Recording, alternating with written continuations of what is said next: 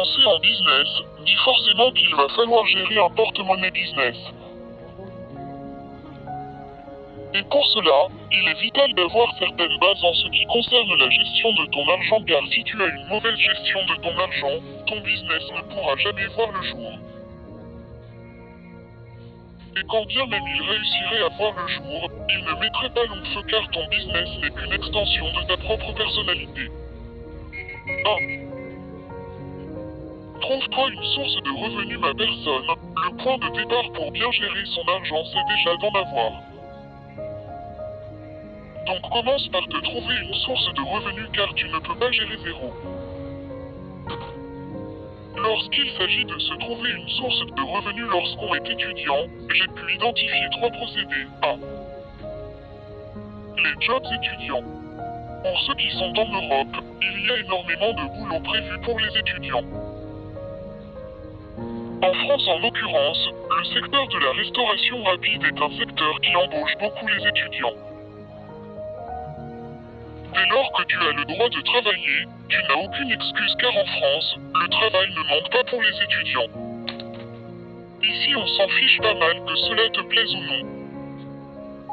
La priorité ici c'est de faire rentrer du cash. Autre business pour les étudiants en Europe, ce sont les cours de répétition, le babysitting ou agent de sécurité. Si tu résides en Afrique, tu pourrais décider de vendre tes services en tant que vendeur dans un marché de la place le week-end. Le principe est le suivant, tu vas dans un marché, tu demandes à un vendeur de lui prendre quelques produits et d'aller les vendre en tant que vendeur ambulant, et tu seras payé à la commission. Les commerçants au marché n'attendent que ça, oui. Se lancer en tant qu'auto-entrepreneur. Les étudiants qui sont en Europe peuvent se lancer sur Uber Eats. Uber Eats est un système de livraison de plats à domicile.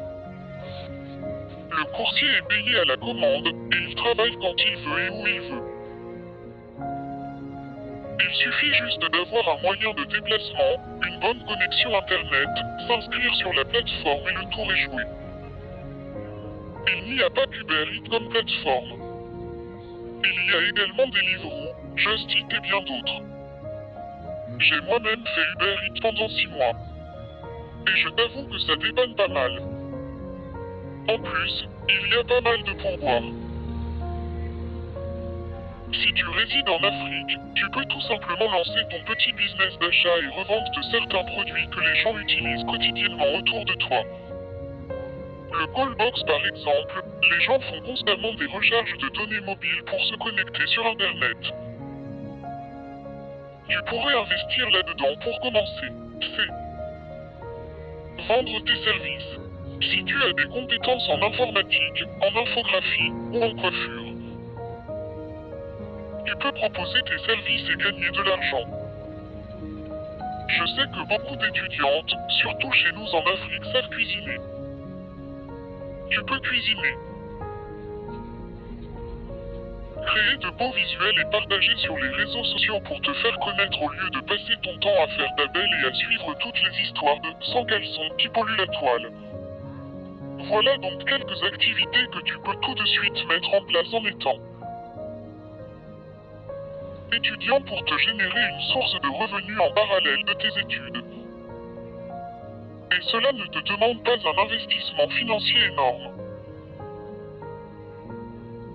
Tu remarqueras que je n'ai pas mentionné le love money ou argent qui provient d'un parent pour la simple raison que cette source de revenus ce n'est pas toi qui l'a trouvé, mais c'est la source de revenus qui t'a trouvé. Tu n'as fourni aucun effort. Le but ici est de te rendre indépendant financièrement.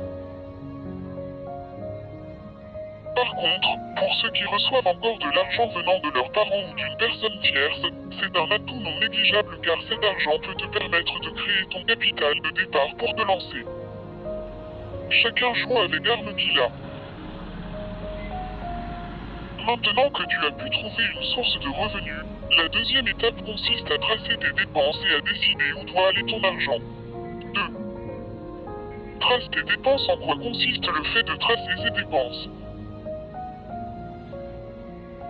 Tracer ses dépenses consiste à quantifier la quantité d'argent qui passe entre tes mains ou dans ton compte bancaire, mais aussi et surtout à décider où doit aller cet argent.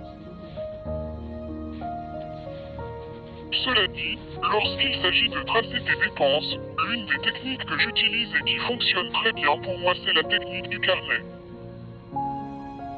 Donc pour mieux tracer tes dépenses, commence par t'acheter un carnet.